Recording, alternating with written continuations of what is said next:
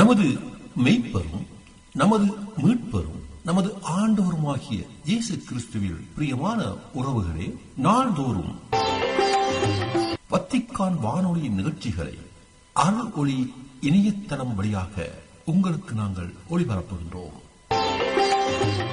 உங்களுக்காக தொகுத்து வழங்குபவர் உங்கள் அன்பு சகோதரன் பேசாலை தாஸ்.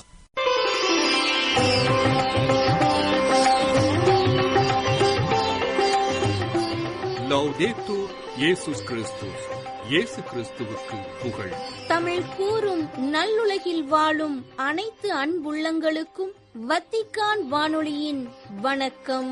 இறைவன் உங்கள் உள்ளத்தையும் இல்லத்தையும் தன் அன்பாலும் அருளாலும் அமைதியாலும் இன்றும் என்றும் நிரப்புவாராக.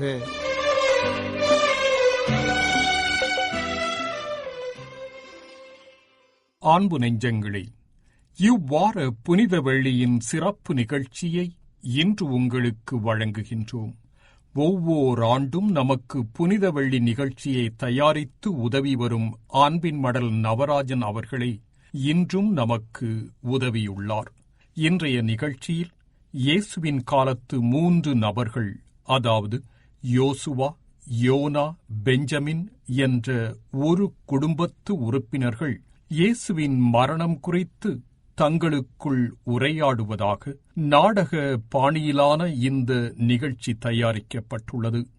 இந்நிகழ்ச்சியின் கருத்தும் எழுத்தும் ரான்சம் அமிர்தம் மணி. குரல் வழங்கி உதவியவர்கள் பா அலெக்சாண்டர், சிரில் கிளமெண்ட், மா சார்ல்ஸ் மற்றும் ஜான்சன் சார்ல்ஸ். ஒலிப்பதிவு வின்சென்ட் ராஜ். புனித வெள்ளியின் இதோ இறைவனின் செம்மறி.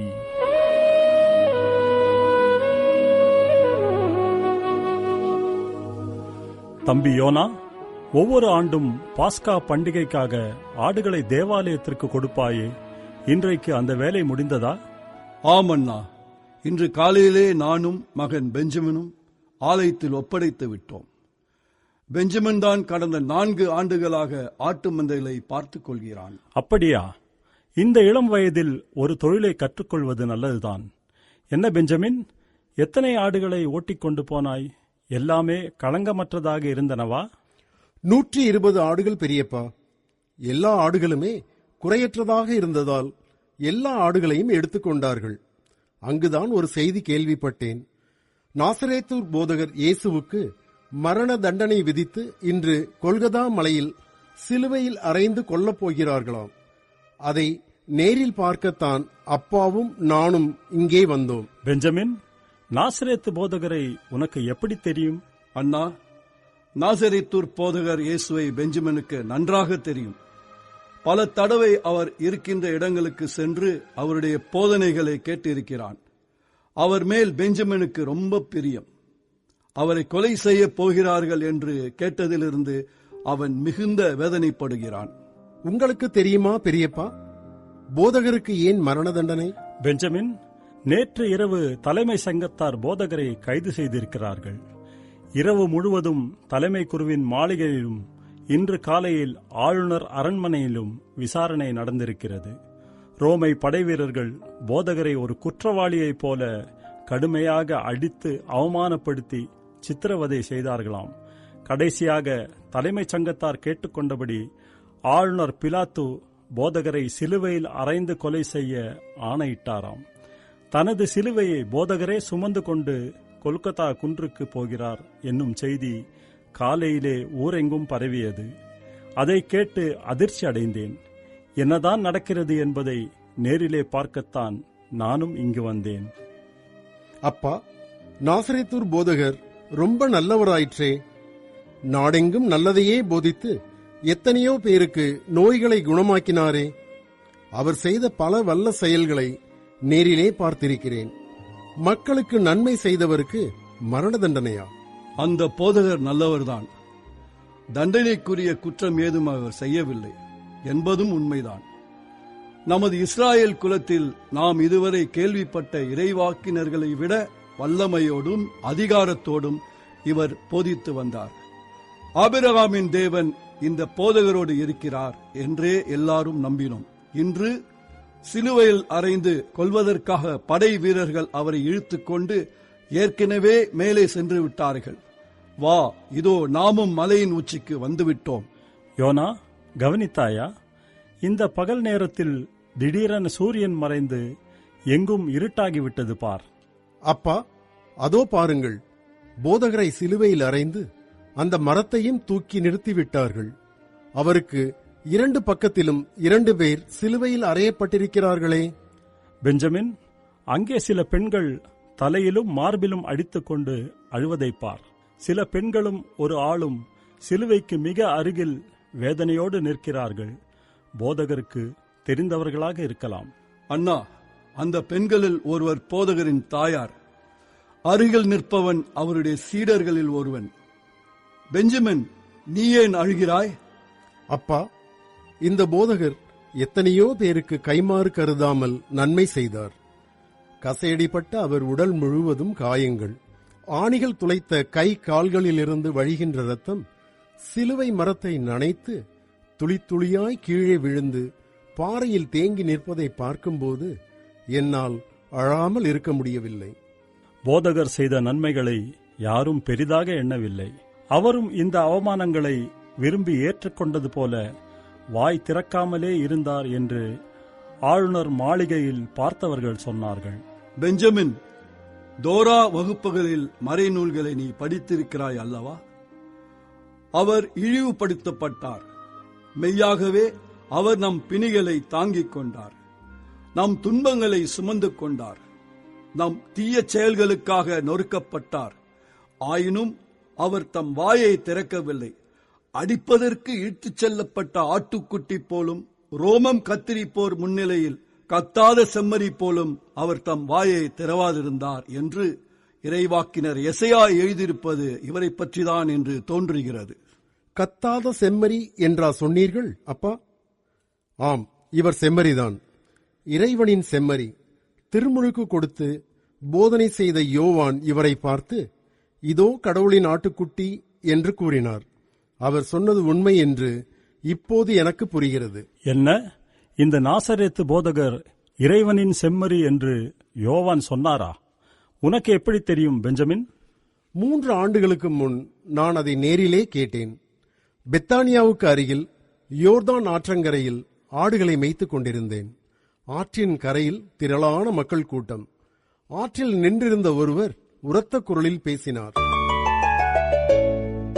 சிந்தனையற்ற மக்களே, சீக்கிரத்தில் வரவிருக்கின்ற கடவுளின் சினத்தை பற்றிய நினைவே உங்களுக்கு இல்லையா? ஏற்கனவே மரங்களின் வேரருகே கோடாரி வைத்தாயிற்று. நற்கனி தராத மரங்கள் எல்லாம் வெட்டப்பட்டு தீயில் போடப்படும். எனவே மனம் மாறுங்கள், ஏனெனில் விண்ணரசு நெருங்கி வந்துவிட்டது. உங்கள் வழிகளை திருத்தி பாவ மன்னிப்பு அடைய மனம் மாறி திருமுழுக்கு பெறுங்கள். யோவானின் குரலை கேட்ட பலர் ஆற்றில் இறங்கிச் சென்று அவரிடம் திருமுழுக்கு பெற்றார்கள். அவர்களோடு சென்ற என்னையும் நீரில் மூழ்க வைத்து யோவான் திருமுழுக்கு கொடுத்தார். தலையிலிருந்து தண்ணீர் சொட்ட சொட்ட நான் ஆற்றிலிருந்து எழுந்தபோது ஆற்றங்கரையில் யாரையோ உற்று நோக்கி பார்த்து கொண்டிருந்தார் யோவான். எல்லோருமே யோவானின் பார்வை சென்ற திசையை பார்த்தோம். ஆற்றங்கரையில் வந்து கொண்டிருந்தவரை பார்த்து, இவர் இயேசு, நாசரேத்தூர் தச்சனின் மகன் என்று கூட்டத்தில் சிலர் சொன்னார்கள். அவரை நோக்கி கையை நீட்டிய யோவான் மரியாதையோடு அமைதியான குரலில் சொன்னார், இதோ கடவுளின் ஆட்டுக்குட்டி. ஆட்டுக்குட்டியான இவரே உலகின் பாவத்தை போக்குபவர். எனக்கு முன்பே இருந்தார் என்று நான் இவரை பற்றியே சொன்னேன். இதோ கடவுளின் ஆட்டுக்குட்டி, இவரே உலகின் பாவத்தை போக்குபவர் என்று யோவான் கூறியதன் அர்த்தம் எனக்கு விளங்கவில்லை. அதனால் தொழுகை கூடத்தின் தலைவரிடம் இறைவனின் ஆட்டுக்குட்டி என்றால் என்ன என்று கேட்டேன். அவர் எனக்கு விளக்கம் சொன்னார். பெஞ்சமின், மக்களுடைய பாவங்களை போக்குவதற்கு பரிகார பலியாக ஆடுகளை பலியிடுவது நம் குல வழக்கம் என்றும், இதற்காக ஒவ்வொரு பாஸ்கா பண்டிகையின் போதும் உனது அப்பா நல்ல ஆடுகளை தேவாலயத்திற்கு கொடுப்பார் என்றும் உனக்கு தெரியும் அல்லவா? பல நூறு ஆண்டுகளுக்கு முன்னர் நம் முன்னோரை எல்லாம் மோசே தலைமையில் அபிரகாமின் தேவன் விடுதலை செய்து எகிப்து நாட்டை விட்டு கூட்டி வந்தார். ஆனால் அந்த விடுதலை சுலபமாக கிடைக்கவில்லை. அடிமைகளாக இருந்த நம் முன்னோரை விடுதலை செய்ய எகிப்து அரசன் பார்வோன் விரும்பவில்லை. ஆகவே 10 கொள்ளை நோய்களை எகிப்து நாட்டின் மேல் கடவுள் வரச் செய்தார். 10வதாக அவர் அனுப்பிய கொள்ளை நோய்தான் எகிப்தியருடைய எல்லா தலைச்சன் பிள்ளைகளின் மரணம். அன்றைய இரவில் நம் மக்கள் முதலாவது பாஸ்காவை கொண்டாட வேண்டும் என்று கடவுள் கட்டளையிட்டார். அந்த முதல் பாஸ்கா விருந்தில் ஒவ்வொரு குடும்பத்திற்கும் ஒரு செம்மறி பலியிடப்பட்டது. கிண்ணத்தில் உள்ள செம்மறியின் இரத்தத்தில் ஈசோப்புல்லை தோய்த்து அந்த வீட்டின் தந்தை கதவின் மேல் சட்டத்திலும் 2 நிலைக்கால்களிலும் இரத்தத்தை பூசினார். இப்படி அந்த தொழுகை கூட தலைவர் சொன்னபோது, ரத்தம் வடிய செத்து கிடந்த ஆடும் கதவு நிலைக்கால்களிலும் மேல் சட்டத்திலும் பூசப்பட்ட ஆட்டின் ரத்தம் துளி துளியாய் தரையில் சிந்தும் காட்சியும் என் நினைவில் தோன்றின. முதல் பாஸ்காவை நம் முன்னோர் கொண்டாடிய அந்த மாலை பொழுதில் குடும்பத்தில் இருக்கின்ற அனைவரும் வீட்டினுள்ளே இருக்க வேண்டும் என்று கடவுள் ஆணையிட்டார். ஏனெனில் அன்று இரவில் கடவுள் எகிப்து நாடெங்கும் கடந்து சென்று அந்த நாட்டில் மனிதர் தொடங்கி விலங்கு வரை அனைத்து ஆண்பால் தலைப்பிறப்பையும் சாகடித்தார். நம் மக்கள் இருந்த வீடுகளில் பூசப்பட்ட ரத்தம் அடையாளமாக இருந்ததால் அந்த வீடுகளை கடவுள் கடந்து சென்றார். எகிப்து நாடெங்கும் மரண ஓலம் ஒலித்த அந்த இரவில் இஸ்ராயேலின் தலைச்சின் பிள்ளைகள் எவரும் இறக்கவில்லை. மறுநாள் காலையில் நம் மக்கள் எல்லோரும் அடிமை தலையை களைந்து விடுதலை காற்றை சுவாசித்தவர்களாக எகிப்து நாட்டை விட்டு கடவுள் வாக்களித்த நாட்டிற்கு தங்கள் பயணத்தை தொடங்கினார்கள். முதல் பாஸ்காவை கொண்டாட கட்டளையிட்ட கடவுள், இந்நாள் உங்களுக்கு ஒரு நினைவு நாளாக இருக்கட்டும்.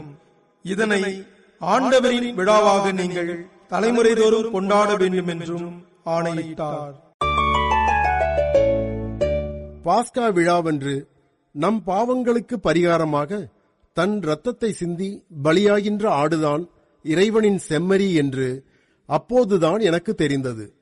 ஒவ்வொரு பாஸ்காவின் போதும் எங்கள் கிடையிலிருந்து எருசலேமிற்கு ஆடுகளை ஓட்டிக்கொண்டு வரும்போதெல்லாம் இன்னும் சில நாட்களில் களங்கமில்லாத மாசற்ற இந்த ஆடுகள் எல்லாம் ஏதோ ஒரு குடும்பத்திற்காக கொலை செய்யப்பட்டு தங்கள் உயிரை தியாகம் செய்ய போகின்றன என்று நான் நினைத்துக் கொள்வேன்.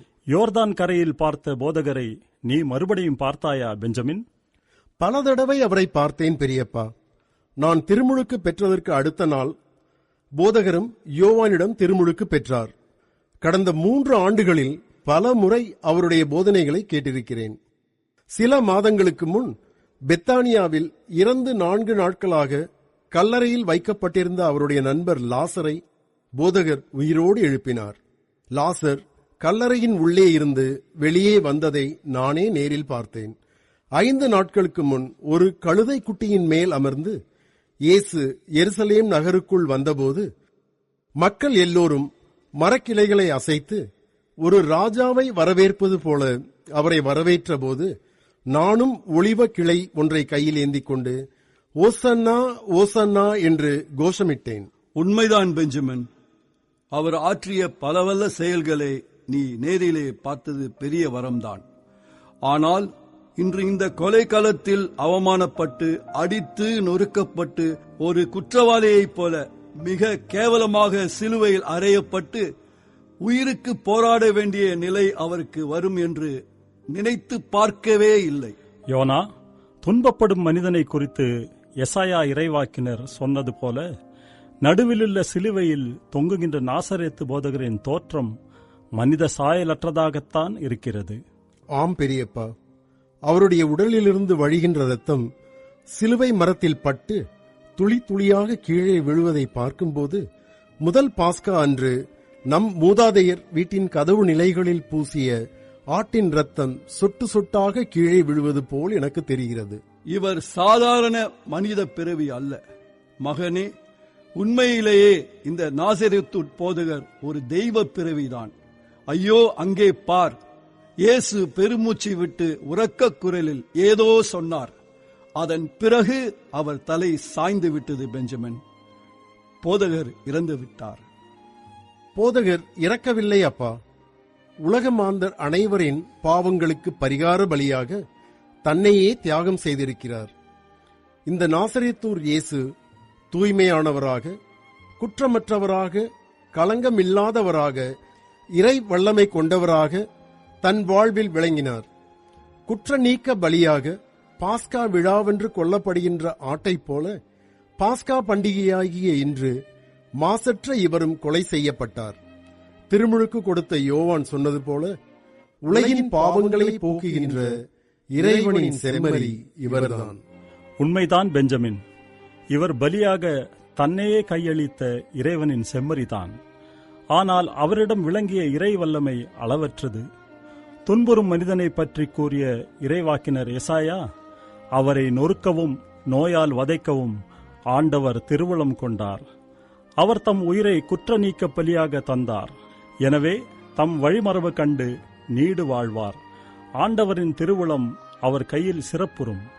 அவர் தம் துன்ப வாழ்வின் பயனைக் கண்டு நிறைவடைவார் என்றும் எழுதியுள்ளார். எனவே இயேசுவின் வாழ்வும் பணியும் இன்றோடு முடிந்துவிட்டதாக நான் நினைக்கவில்லை. ஆண்டவரின் திருவுளப்படி அவர் சிறப்படைந்து நிச்சயமாக சீக்கிரமே நம் முன் வருவார். இனிவரும் நாட்களிலும் நாசரேத்தூர் இயேசு நம்மோடு இருந்து நம்மை வழிநடத்துவார். பொறுத்திருப்போம். அன்பு நெஞ்சங்களே, இன்றைய நம் நிகழ்ச்சியில் குரல் வழங்கி உதவியவர்கள் சென்னை கோடம்பாக்கம் புனித ஃபாத்திமா அன்னை பங்கு தளத்தைச் சார்ந்த பா அலெக்சாண்டர், சிரில் கிளமெண்ட், மா சார்ல்ஸ் மற்றும் ஜான்சன் சார்ல்ஸ். இதன் கருத்தும் எழுத்தும் ரான்சம் அமிர்தம் மணி. ஒலிப்பதிவு வின்சி புரொடக்ஷன்ஸின் வின்சென்ட் ராஜ். தயாரிப்பு அன்பின் மடல் நவராஜன்.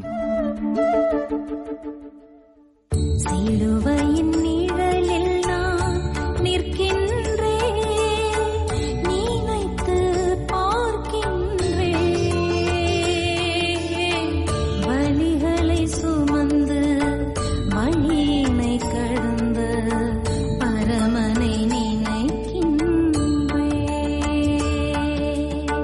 சிலுவையின் நிழலில் நான் நிற்கின்றேன், நினைத்து பார்க்கின்றேன். வலிகளை சுமந்து வழியினை கடந்து பரமனை நினைக்கின்றேன்.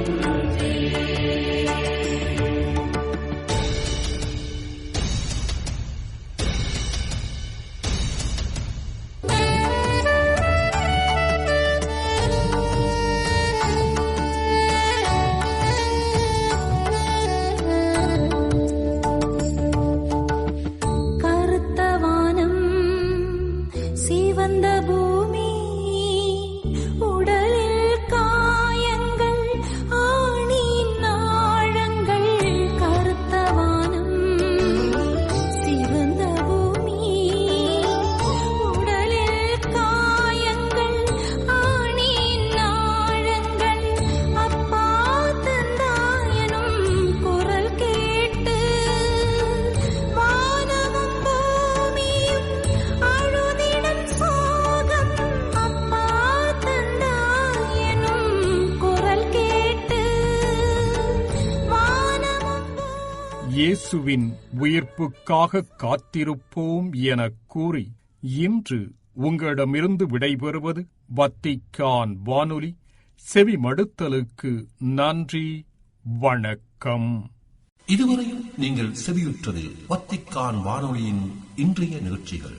மீண்டும் மற்றும் ஒரு வத்திக்கான் வானொலி நிகழ்ச்சியில் உங்கள் அனைவரையும் சந்திக்கும் வரை அன்பு விடைபெற்றுச் செல்வது உங்கள் அன்பின் பேசாலை தாஸ்.